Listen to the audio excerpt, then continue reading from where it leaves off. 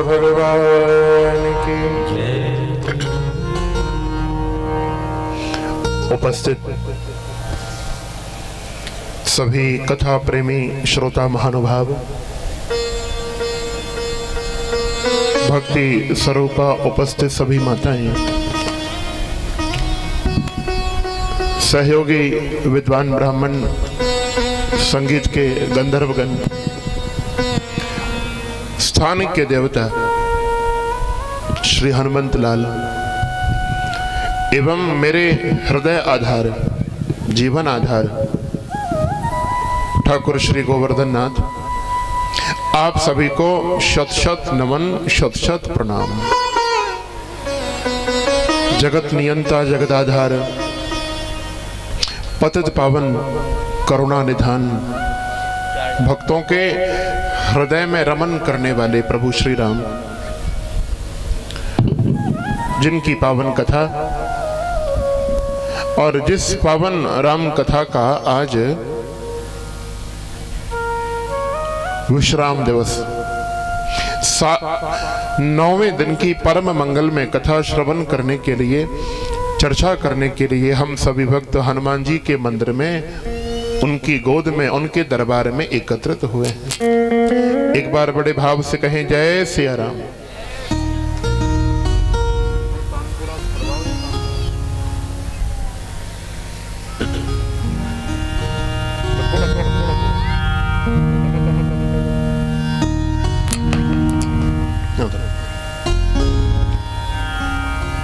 कल की पावन कथा में आप सभी ने श्रवण किया कि कैसे शबरी के ऊपर भगवान राम ने कृपा करी है। बरसों बरसों का इंतजार शबरी का राम जी ने समाप्त किया। जिस दंडक वन में ये शबरी रहती थी भैया, केवल शबरी नहीं, उस दंडक वन में बड़े बड़े उच्च कुल में, ब्राह्मण कुल में उत्पन्न हुए बड़े तपस्वी मनस्वी साधु रहते थे। लेकिन मेरे राम उन ब्राह्मणों की, तपस्वी साधुओं की कुटिया, आश्रमों को छोड़ के शबरी की कुटिया पे राम पधारे।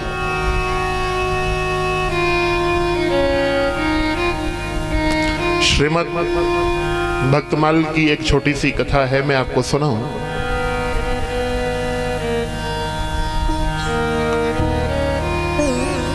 भगवान का एक बड़ा अद्भुत भक्त हुआ जिसका नाम था रामदास मोची। जाति का मोची था, चर्मकार था। और कहीं से ना रात में कोई चोर किसी मंदिर में चोरी करने गया। बड़े ध्यान से समझना माता हो आप। भगवान शिव के मंदिर में वो चोर चोरी करने गया। अब भोले बाबा के मंदिर में चुराने के लिए तो कुछ है नहीं, और तो कुछ मिला नहीं, मिल गया काला पत्थर, माने भगवान शालिग्राम। अब चोर उस काले पत्थर को उठा करके ले आए और क्या किया, वो जो काला पत्थर था इस रामदास मोची के हाथ में वो चोर देने लगा। अब कहने लगा कि भैया ये बड़ा चिकना पत्थर है, बहुत चिकना। इस पत्थर से अपने औजारों को, जो चप्पल, जूता,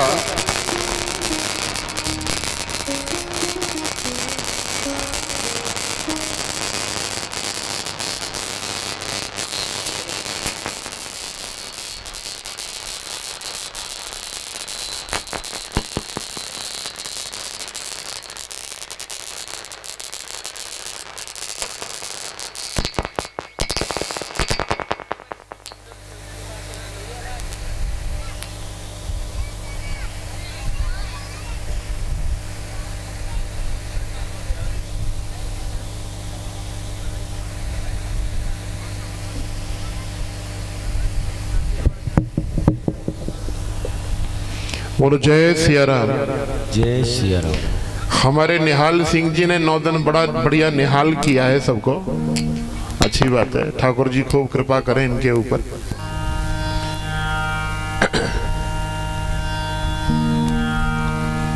भगवान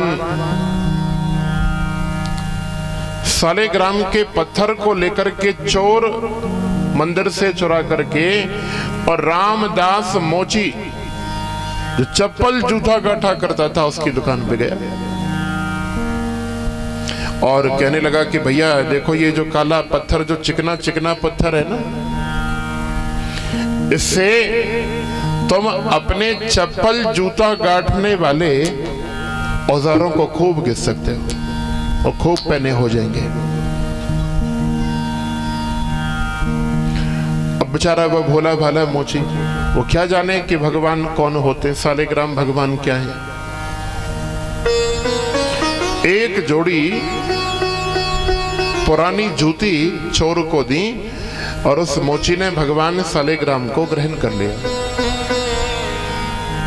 और क्या करता, वहीं दुकान में जूते चप्पलों में भगवान को पटक के रखता।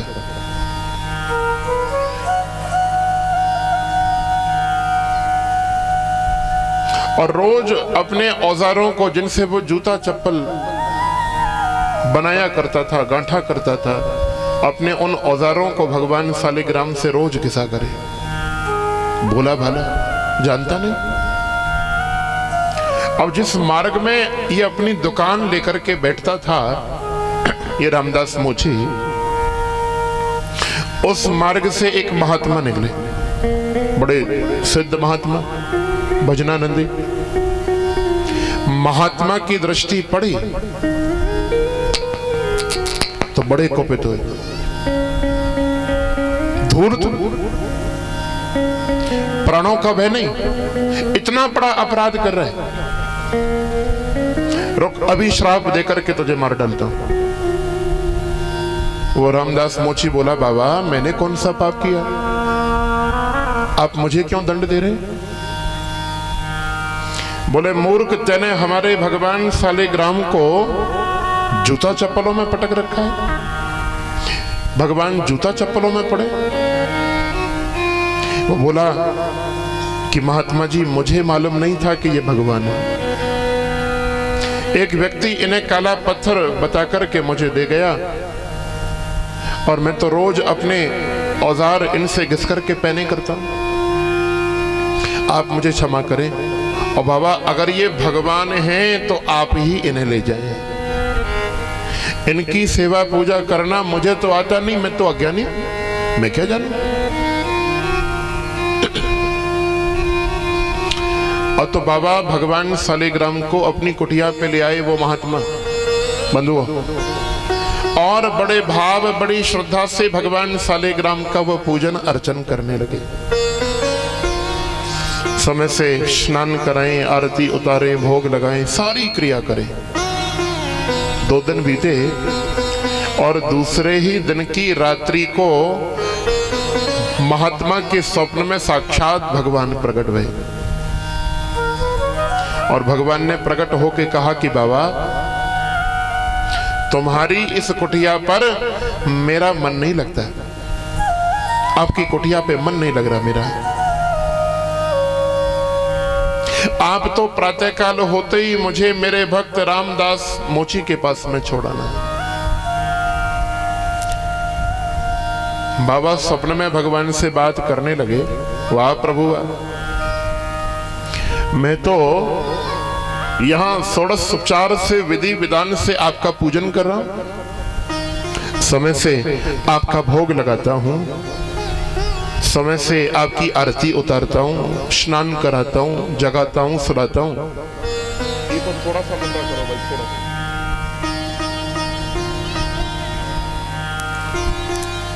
आपका मेरी कुटिया पे मन नहीं लग रहा है।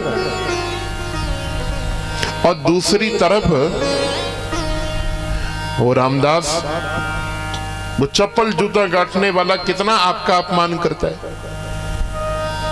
आपको जूते चप्पलों में पटक करके रखता है, अपने औजार आपसे घिसता है। मेरी कुटिया पे मन नहीं लग रहा, आपको उस मोची की याद आ रही है। भगवान बोले बाबा आप मेरी सेवा पूजा तो कर रहे हैं, लेकिन इस सेवा पूजा के पीछे आपके मन में लालच है, लोभ है। कौन सा लालच है? मुक्ति पाने का लालच, कि मोक्ष मिल जाए। लेकिन मेरा वो भक्त जो मोची, वो रामदास है, उसके मन में कोई लोभ लालच नहीं। बाबा जब जब अपने हाथों में मुझे वो उठाता है तो मुझे लगता है किसी ने मेरी पीठ पर शीतल चंदन का लेपन कर दिया हो। जब जब वो अपने ग्राहकों से बात करता है तो मुझे लगता है कि कोई बहुत बड़ा वेद पाठी ब्राह्मण मुझे वेद मंत्र सुना रहा है। आप सेवा पूजा करते तो हैं, लेकिन आपका मन साफ नहीं है, हृदय साफ नहीं है। और वो भोला है। स्वयं भगवान ने कहा ना कि निरे मल मन जन सो मोहि पावा, मोहि कपट छल क्षेत्र न भावा। भगवान ने स्पष्ट कहा कि जिस व्यक्ति के मन में मैल नहीं है, जिसका मन निर्मल है, केवल और केवल उसी को मेरी प्राप्ति होती है। तो बंधुओं, बाबा गए प्रातःकाल और शालिग्राम भगवान को लेकर के मोची के पास में गए, सौंप दिया और कहा कि बोले भैया तू बड़ा धनी है, दुनिया तो चल के भगवान के द्वार जाती है और भगवान स्वयं चल करके तेरे द्वार पधारे, तू बहुत धनी है। कथा का अर्थ इतना ही है बंधुओं कि जात पात पूछे नहीं कोई, हरि को भजे सो हरि को। भगवान की दृष्टि में ऊंच नीच जात पात का कोई भेदभाव नहीं। जैसे सूर्य का प्रकाश समान रूप से सारे संसार को प्राप्त होता है, उसी प्रकार बंधुओं भगवान की कृपा भी समान भाव से सबको प्राप्त होती है। हाँ, अब जितना बड़ा जिसका पात्र होगा उतनी कृपा उसे मिलेगी। और सोचो आपके हाथ में कटोरी है और विचार करो कि बाल्टी भर के घी मिल जाए तो कैसे मिलेगा। अगर बाल्टी भर के घी चाहिए तो पात्र भी बड़ा बनाना पड़ेगा ना। तो जैसा जिसका पात्र है भगवान के ऊपर उसकी वैसी ही कृपा होती है। बोलो जय सिया राम। शबरी पे कृपा भई। और अब भगवान चले हैं ऋषिमुख पर्वत की ओर। और थोड़ा गाओ मिलके ये चौपाई, बड़ी प्यारी चौपाई है। आगे चले बहार रघुराया, आगे चले बहार रघुराया, ऋषिमुख पर्वत निहराया,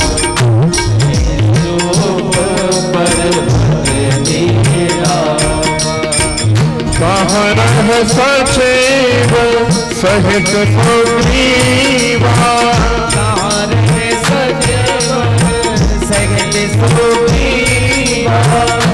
आवत देख अद्भुत गत सेवा,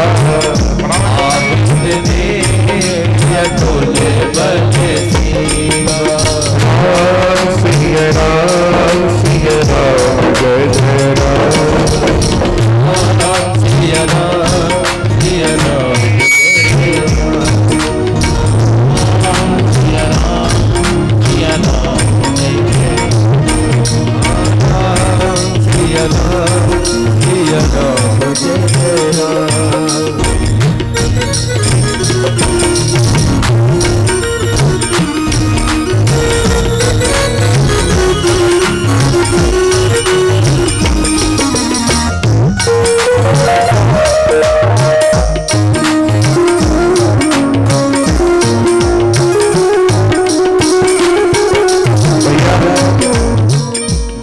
देर बाद स्वागत कर लेना, सम्मान कर लेना। थोड़ी बैठ जाओ, आराम से कथा सुन लो।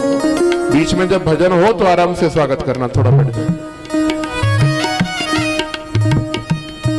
क्योंकि बीच कथा में विक्षेप पड़ेगा। आराम से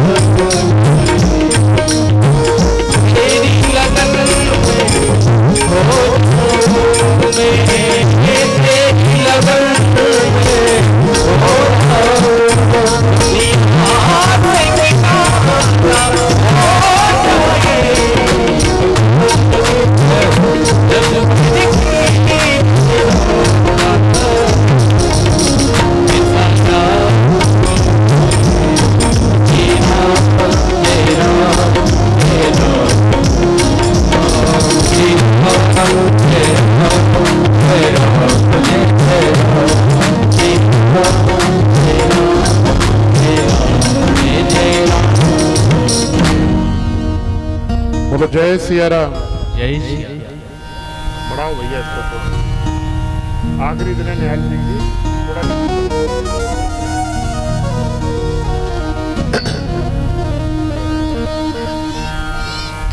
ऋष्यमुख पर्वत के पास में भगवान राम गए हैं।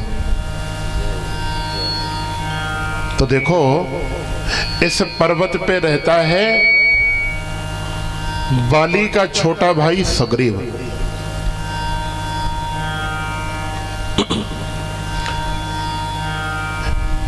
एक बार किष्किंधा का राजा था बाली, बड़े ध्यान से सुनना।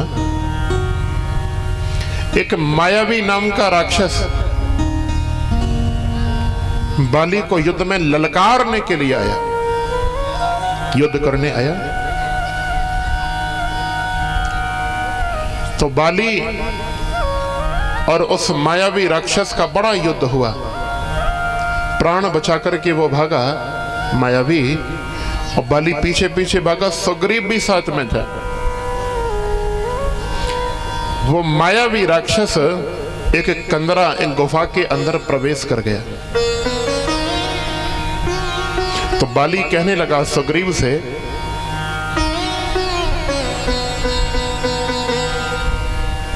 कि भाई सुग्रीव, मायावी राक्षस अंदर बैठा है, जब तक मैं लौट करके उसे मार के बाहर ना आ जाऊं तुम यहीं मेरी प्रतीक्षा करना। सुग्रीव रह गया गुफा के द्वार पर, बाली चला गया अंदर।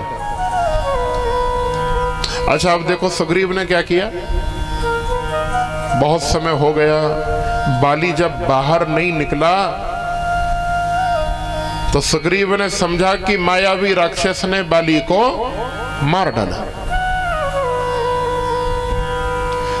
तो उस गुफा के, जिस गुफा में मायावी और बाली दोनों गए थे, युद्ध हो रहा था, उसको बाहर से पत्थर लगा करके बंद कर दिया सुग्रीव ने, और सबसे कह दिया कि भैया बाली तो मारा गया युद्ध में, उसकी तो मौत हो गई।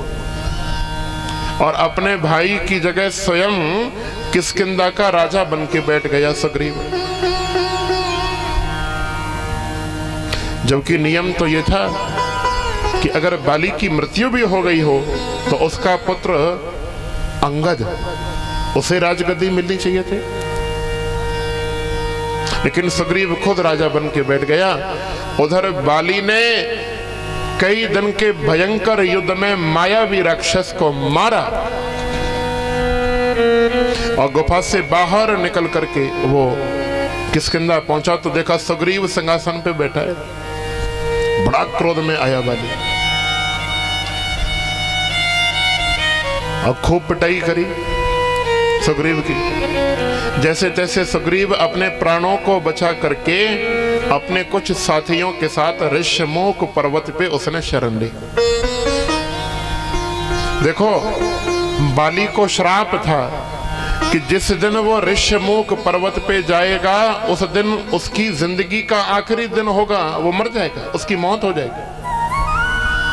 तो संसार में सुग्रीव के प्राणों की रक्षा के लिए एक ही स्थान था, वो था ऋष्यमुख पर्वत, क्योंकि वहां बाली नहीं आ सकता था। तो सुग्रीव बड़ा भयभीत बाली के भय से वहां ऋष्यमुख पर्वत पे रहता है। संग में जामवंत हैं, नल नील हैं और संग में साथ में है श्री हनुमंत लाल। देखो आज हमारी राम कथा में श्री हनुमान जी का प्रवेश होगा। तो उसी ऋष्यमुख पर्वत के पास भगवान श्री राम और लखन आ रहे। दूर से देखा सुग्रीव ने, धनुष बाण लगे हाथों में, दो परम वीर चले आ रहे। सुग्रीव डर गया और कहने लगा, हे भगवान, लगता है मेरे भैया बाली ने मेरी हत्या करने के लिए किसी को भेज दिया। भैया कोई जाओ, जाकर के जांच करो कि ये कौन है, और अगर बाली के भेजे हुए वीर हो तो मुझे दूर से ही बता देना, ये पर्वत भी छोड़ के मैं भाग जाऊंगा। अब आश्चर्य की बात तो ये थी कि सुग्रीव के दल के जितने भी वो वानर थे, किसी में बुद्धि थी तो बल नहीं था, और किसी में बल था तो बुद्धि नहीं थी। कोई बहुत बलवान था लेकिन बुद्धि का पैदल था, और किसी के पास में बहुत बुद्धि थी तो वो बेचारा बिल्कुल कमजोर था। हाँ, उनमें बल और बुद्धि के निधान तो एक ही थे, और वो थे श्री हनुमंत लाल। बोलो हनुमान जी महाराज की जय। सुग्रीव कहने लगे, हनुमान आप ही जाएं और जाकर के इन दोनों की परीक्षा लें कि ये कौन है।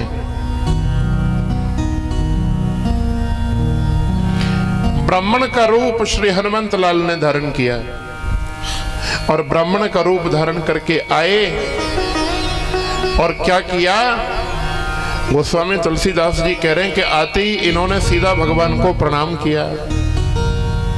राम जी समझ गए कि नकली पंडित है, नकली ब्राह्मण है, असली होता तो प्रणाम नहीं करता, हमें इसको प्रणाम करना पड़ता।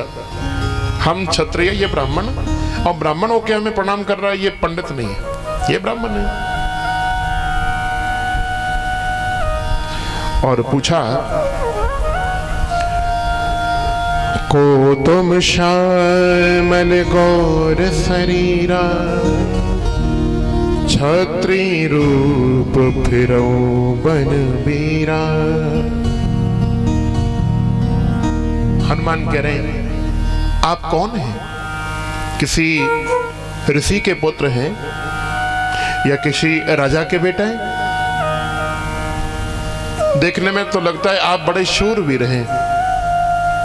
आज से पहले इस किष्किंधा के आसपास आपको मैंने नहीं देखा, आप कौन हैं?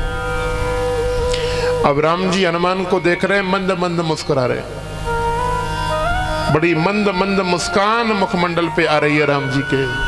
राम जी कह रहे हैं कि तुम हमें भूल गए हनुमान, लेकिन हम तुम्हें नहीं भूल सकते। याद रखो बंधुओं, ये जीव भगवान को भूल जाता है, लेकिन भगवान कभी जीव को नहीं भूलते।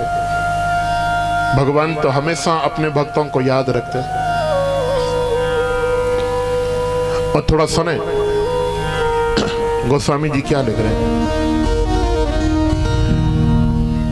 कौशले से दशरथ के जाए, हम पितु बचन मान बन आए। यहाँ हरि निश्चर वैरे, विप्र फिरे हम खोजत ते। कैसी बढ़िया चौपाई लिखी, थोड़ा ध्यान से अर्थ समझना बंधुओं। राम जी कह रहे हैं कि कौशलेश दशरथ के जाए, ब्राह्मण देवता हम राजा दशरथ के पुत्र हैं।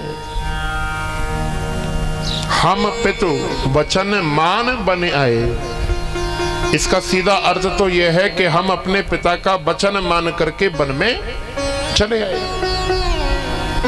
लेकिन संतों ने इस अर्दली का, आदि चौपाई का और भी बढ़िया सुंदर अर्थ किया।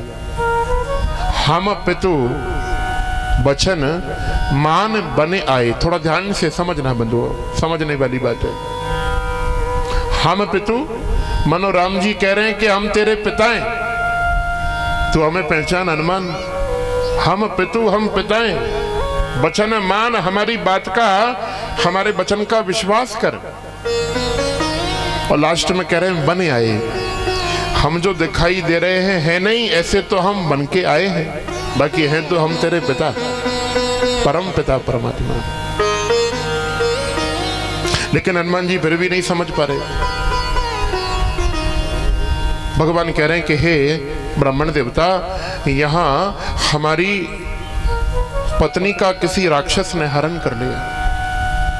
हम उन्हीं को खोजते खोजते घूम रहे। बंधुओं, ये बात सुनी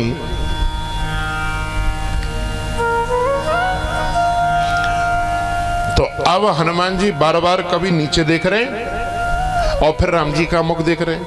ऊपर देखें, फिर नीचे देखें, फिर ऊपर देखें, फिर नीचे देखें। राम जी बोले, पंडित जी क्या कर रहे हो? बार बार नीचे देखते हो, बार बार ऊपर देखते हो। हनुमान जी बोले महाराज, मैं ऊपर नीचे नहीं देख रहा, मैं तो फोटो मिला रहा हूं। मैं तो फोटो मैच कर रहा हूं कि जो मेरे हृदय में है वही सामने है, और जो मेरे सामने वही मेरे हृदय में है। आप कोई और नहीं हो, आप तो मेरे मालिक हो, मेरे प्रभु श्री राम हो। देखते ही देखते हनुमान ब्राह्मण शरीर त्याग करके और अपने असली स्वरूप में प्रकट हो गए। बोलो हनुमान जी महाराज की। प्रसन्न हो गए हनुमान और दोनों हाथों से चरण पकड़ लिए राम जी के। प्रभु, बड़े दिन के बाद आज दास पर आपकी कृपा भैया, भक्त भगवान का मिलन हुआ। अब हनुमान जी ने सारी बात कही कि आप मेरे साथ सुग्रीव के पास में चलें प्रभु। एक सुग्रीव ही आपकी सहायता कर सकता है। भगवान बोले, सुग्रीव रहते कहाँ हैं? बोले, इस ऋषमुख पर्वत की चोटी पर। भगवान बोले, भैया हनुमान, अब चल करके जाएंगे तो चोटी पर पहुंचने में बड़ा समय लगेगा। हनुमान बोले, काहे को चिंता कर रहे हो? आपका प्राइवेट जेट है ना, बैठो मेरे कंधों पर। एक कंधे पे बिठाया राम को और दूसरे कंधे पे बिठाया लखन को। आपने ये झांकी जरूर दर्शन